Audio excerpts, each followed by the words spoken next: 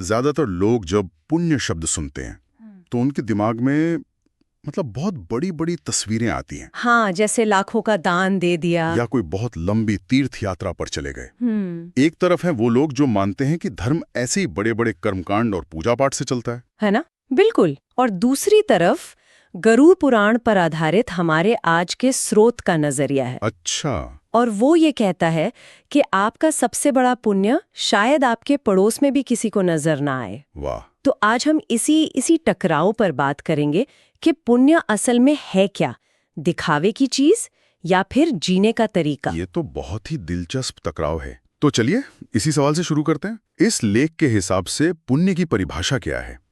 क्या ये मतलब अच्छे कामों की कोई लिस्ट है जिसे हम टिक करते जाते हैं? ये सवाल सीधा मुद्दे की जड़ पर है। देखिए, ये लेख पुण्य को कोई बाहरी चीज नहीं मानता। बाहरी चीज जैसे हम सिक्के खर्च करते हैं या कोई दौलत। पुण्य वैसी कोई चीज नहीं है। इसमें एक बहुत बहुत ही सुंदर पंक्ति है, पुण्य आत्मा की शुद्धता का फल है। आत्मा की शुद्धता का फल। हाँ, मतलब ये कोई एक्शन नहीं है बल्कि एक नतीजा है। नतीजा। उस अवस्था का नतीजा जब आपका मन, आपकी बातें और आपके काम तीनों एक ही दिशा में चल रहे हों, और वो दिशा है धर्म की। अच्छा, तो ये करने की चीज नहीं, होने की चीज है। ये एक बहुत बड़ा फर्क है। मतलब पुण्य कमाना किसी प्रोजेक्ट की तरह नहीं बल्कि अपने किरदार को बदलने जैसा है। बिल्कुल। लेख में मृत्यु के बाद आत्मा के साथ क्या जाता है, इसे लेकर भी एक बड़ी जबरदस्त तुलना की गई है। हाँ, और वो तुलना इस बात को और भी गहरा बना देती है। देखिए, गरुड़ पुराण इस बात पर बहुत जोर देता है कि आपका पैसा, आपका परिवार, सब कुछ, यहाँ तक कि आपका ये शरीर भी, सब कुछ यहीं रह जाएगा। सिर्फ दो चीजें हैं जो आत्मा के साथ सफर करती हैं, पुण्य और पाप। और कैसे? एक परछाई की तरह। लेख में साफ लिखा है, जैसे छाया शरीर का साथ नहीं छोड़ती, वैसे ही पुण्य पाप जीव का साथ नहीं छोड़ते। ये सोचना ही अपने आप में कितना शक्तिशाली है कि हमारे सारे काम, अच्छे या बुरे, हमारी एक स्थायी आध्यात्मिक परछाई बना रहे हैं। और यहीं पर आकर लेख उस सबसे बड़े गलतफहमी को तोड़ता है जो शायद हम सबके मन में है, कि सिर्फ पूजा पाठ ही पुण्य है। बिल्कुल। ये शायद सबसे बड़ा भ्रम है जिसे ये लेख चुनौती देता है। क्या कहता है वो? इसमें साफ साफ कहा गया है कि अगर आपका मन मैला है, दिल में अहंकार है, या आप दूसरों को दुख पहुंचाकर मंदिर जा रहे हैं, तो वो पूजा अधूरी है। मतलब अगर कोई दिन भर लोगों से बुरा बर्ताव करे और शाम को 2 घंटे पूजा करे तो उस पूजा को पुण्य नहीं बल्कि सीधे सीधे ढोंग कहा गया है। ढोंग? हाँ, सच्चा पुण्य तो शांत मन, मीठी बोली और बिना किसी छल कपट वाले कामों से ही पैदा होता है। तो फिर सवाल उठता है कि अगर पुण्य सिर्फ मंदिरों और तीर्थों में नहीं मिलता, तो एक आम इंसान अपनी रोजमर्रा की जिंदगी में इसे कैसे कमाए? क्या इसके लिए कोई बहुत मुश्किल काम करने पड़ते हैं? देखिए, इस लेख की खासियत यही है कि ये पुण्य को कोई रहस्यमयी चीज नहीं बनाता, बल्कि उसे हमारे रोज के व्यवहार से जोड़ता है। इसमें पुण्य कमाने के कुछ रास्ते बताए गए हैं और वो इतने सीधे साधे हैं कि हम शायद उन पर ध्यान भी नहीं देते। जैसे कि पहला रास्ता है सत्य बोलना। सुनने में तो बहुत आसान लगता है, पर आज के जमाने में शायद ये सबसे मुश्किल कामों में से एक है। सही कहा। सोचिए, एक सेल्स टीम में जहां थोड़ी बहुत बढ़ा चढ़ाकर बात करना आम है, या सोशल मीडिया पर जहां हर कोई अपनी जिंदगी को असलियत से बेहतर दिखाता है, वहां पूरी तरह सच पर टिके रहना, ये तो एक तपस्या होगी। आपने बिल्कुल सही नब्ज पकड़ी। इसीलिए इस ग्रंथ में कहा गया है, सत्य से बढ़कर कोई तप नहीं। अच्छा। मतलब जो इंसान मुश्किल हालात में भी झूठ का सहारा लेने से बचता है, वो अनजाने में ही एक बहुत बड़ी तपस्या कर रहा है। उसे शायद पता भी नहीं कि वो कितना पुण्य कमा रहा है। और दूसरा रास्ता भी कुछ ऐसा ही है, जिसे हम अक्सर नजरअंदाज कर देते हैं, किसी को दुख ना देना। हाँ, और यहाँ बात सिर्फ हाथ पैर से चोट पहुंचाने की नहीं हो रही है, लेकिन इस मामले में बहुत साफ है, अपने शब्दों से, अपने व्यवहार से, और यहाँ तक कि अपने मन से भी किसी का दिल ना दुखाना। एक मिनट, मन से भी? मतलब अगर मैं किसी के बारे में बुरा सोचूं पर उससे कहूं कुछ नहीं, तो भी मेरे पुण्य पर असर पड़ता है? गरुड़ पुराण के नजरिए से हाँ। पर क्यों? क्योंकि कर्म का बीज तो विचार में ही बोया जाता है ना। अगर मन में ही किसी के लिए कड़वाहट है, तो आज नहीं तो कल वो शब्दों या व्यवहार में निकलेगी ही। सही बात है। इसलिए जो इंसान अपने विचारों को भी शुद्ध रखने की कोशिश करता है, वो बिना किसी पूजा पाठ के भी लगातार पुण्य कमा रहा है। ये तो बहुत ऊंचा मायार है। इसी से जुड़ा हुआ अगला बिंदु है माता पिता की सेवा, जिसे लेख में बहुत ऊंचा दर्जा दिया गया है। बहुत ज्यादा ऊंचा। लेख के अनुसार अपने माता पिता की सेवा करना 1000 तीर्थों में नहाने के बराबर है। 1000 तीर्थों के बराबर? जी, ये कोई छोटी मोटी तुलना नहीं है। और इसका उल्टा भी उतना ही सच है। जो इंसान अपने माँ बाप का अपमान करता है, दिल दुखाता है, उसका कमाया हुआ पुण्य भी धीरे धीरे खत्म होने लगता है। लेकिन यहाँ एक सवाल उठता है, क्या हो अगर किसी के अपने माता पिता के साथ रिश्ते ही बहुत मुश्किल हों, या अगर माता पिता ही कुछ गलत करने को कहें, क्या तब भी उनकी हर बात मानना पुण्य है? ये एक बहुत जरूरी और व्यवहारिक सवाल है। देखिए, ये लेख सेवा की बात करता है, अंधभक्ति की नहीं। अच्छा, इसमें फर्क है? बहुत बड़ा। सेवा का मूल भाव है सम्मान और देखभाल। अगर माता पिता कुछ अधार्मिक या गलत करने को कहें तो विनम्रता से मना करना धर्म है। तो फिर सेवा क्या हुई? मुश्किल रिश्तों के बावजूद उनका तिरस्कार न करना, उनकी जरूरतों का ध्यान रखना और उनके प्रति मन में कड़वाहट न रखना, यही असली सेवा है। पुण्य आज्ञा मानने में नहीं, सम्मान बनाए रखने में है। ये बहुत अहम बात है। माता पिता की सेवा भी तो एक तरह का दान ही है, अपने समय का, अपनी ऊर्जा का। लेकिन लेख में एक और तरह के दान को सबसे ऊपर रखा गया है ना? हाँ, और वो है भूखे को भोजन कराना। अन्नदान। बिल्कुल, इसे सबसे बड़ा और सबसे सीधा पुण्य कमाने का रास्ता बताया गया है। इसकी अहमियत इतनी ज्यादा है कि लेख के मुताबिक यह सिर्फ पुण्य ही नहीं देता, बल्कि कई जन्मों के पापों को भी काट सकता है। कई जन्मों के पाप? हाँ, किसी को जीवन देना या जीवन बचाने में मदद करना, इससे बड़ा कोई काम नहीं हो सकता। और अगले बिंदु पर आते हैं जो शायद इन सब में सबसे ज्यादा मुश्किल है, क्योंकि वो हमारे मैं से जुड़ा है, अहंकार का त्याग। इसे तो पुण्य का सबसे बड़ा शत्रु कहा गया है। सबसे बड़ा शत्रु? हाँ, ये इतना खतरनाक है कि ये आपके कमाए हुए पुण्य को भी एक झटके में पाप में बदल सकता है। कोई उदाहरण?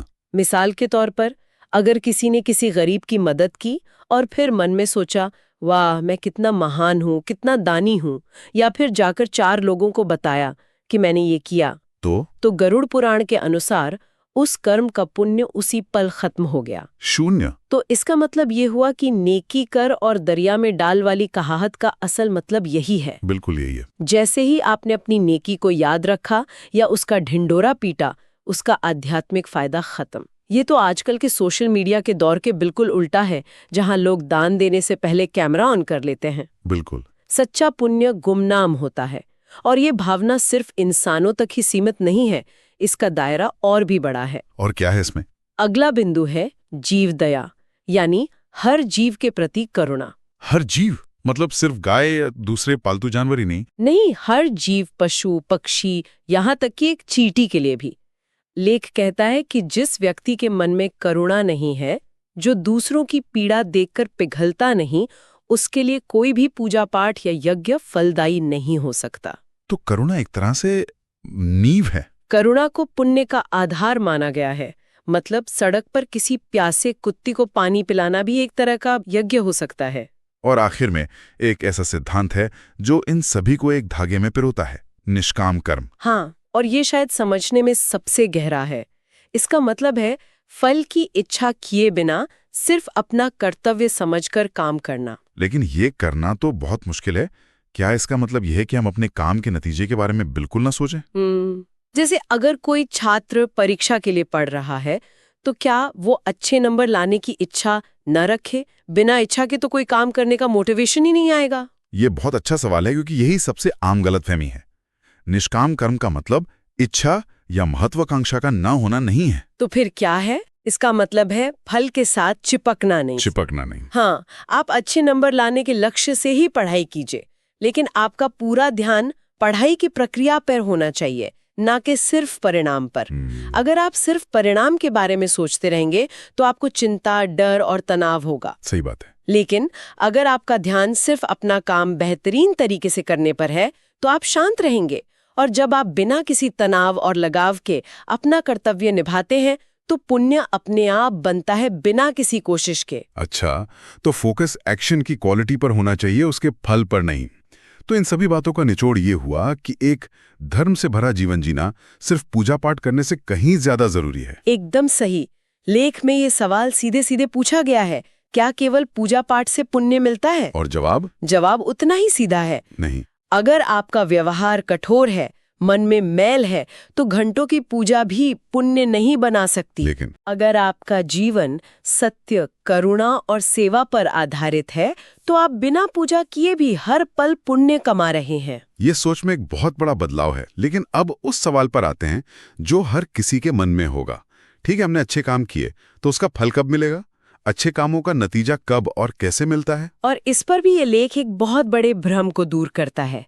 हमारी आम धारणा है कि अच्छा काम करो तो तुरंत अच्छा फल मिलेगा। हाँ, कर भला तो हो भला वाली बात। बिल्कुल, लेकिन गरुड़ पुराण कहता है कि ये जरूरी नहीं है।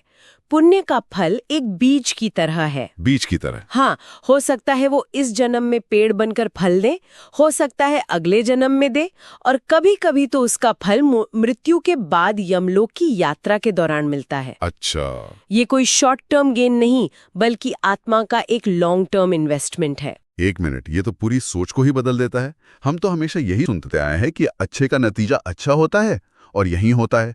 तो ये कहना कि फल शायद इस जन्म में मिले ही नहीं, ये तो बहुत से लोगों को अच्छे काम करने से निराश कर सकता है। हाँ, तो फिर पुण्य इतना जरूरी क्यों है, अगर उसका फायदा हमें शायद देखने को भी न मिले? क्योंकि इसका मुख्य फायदा इस दुनिया की चीजों के लिए है ही नहीं। तो फिर किसके लिए है? ये आत्मा की यात्रा के लिए है। लेख के अनुसार पुण्य का असली काम आत्मा पर पड़े कर्मों के बोझ को हल्का करना है। बोझ को हल्का करना? जी, ये मृत्यु के बाद के अनजान रास्ते को आसान बनाता है, यमलोक में मिलने वाली पीड़ा को कम करता है, और सबसे बड़ी बात, ये मृत्यु और उसके बाद के सफर के डर को मिटाता है। अच्छा। जिसके पास पुण्य की शक्ति का कवच है, उसे अज्ञात से डर नहीं लगता। ये आत्मा के लिए एक सुरक्षा कवच की तरह है। संक्षेप में कहें तो गरुड़ पुराण का पुण्य पर यह नजरिया बड़े और दिखावटी कामों के बारे में है ही नहीं। बिल्कुल नहीं। ये हमारे मन की नीयत और हमारे रोज के छोटे छोटे अनदेखे कामों की क्वालिटी के बारे में है। किसी से प्यार से बात कर लेना, किसी भूखे को अपनी रोटी में से आधा हिस्सा दे देना, या मुश्किल समय में सच का साथ देना, ये सब किसी बड़े यज्ञ के बराबर हो सकते हैं। बिल्कुल। इस लेख का अंतिम संदेश भी यही है। धर्म दिखावे से नहीं, जीवन से होता है। जीवन से होता है। हाँ, जो इंसान धीरे धीरे लगातार अपने जीवन को सत्य, करुणा और संयम से भरता है, वो हर दिन हर पल पुण्य कमा रहा होता है, बिना किसी शोर के, बिना किसी दिखावे के। ये पुण्य की एक बहुत ही व्यक्तिगत, अंदरूनी और शांत परिभाषा है।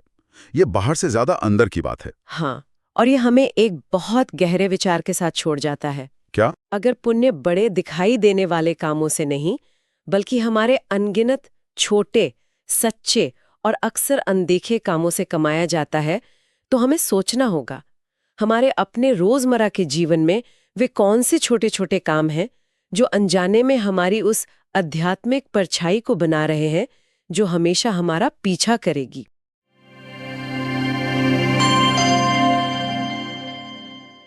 अगर आपको यह वीडियो पसंद आई हो तो कृपया चैनल को सब्सक्राइब करें, वीडियो को लाइक करें और अपने विचार कमेंट में जरूर साझा करें। आपका सहयोग हमें और भी अच्छा कंटेंट बनाने की प्रेरणा देता है।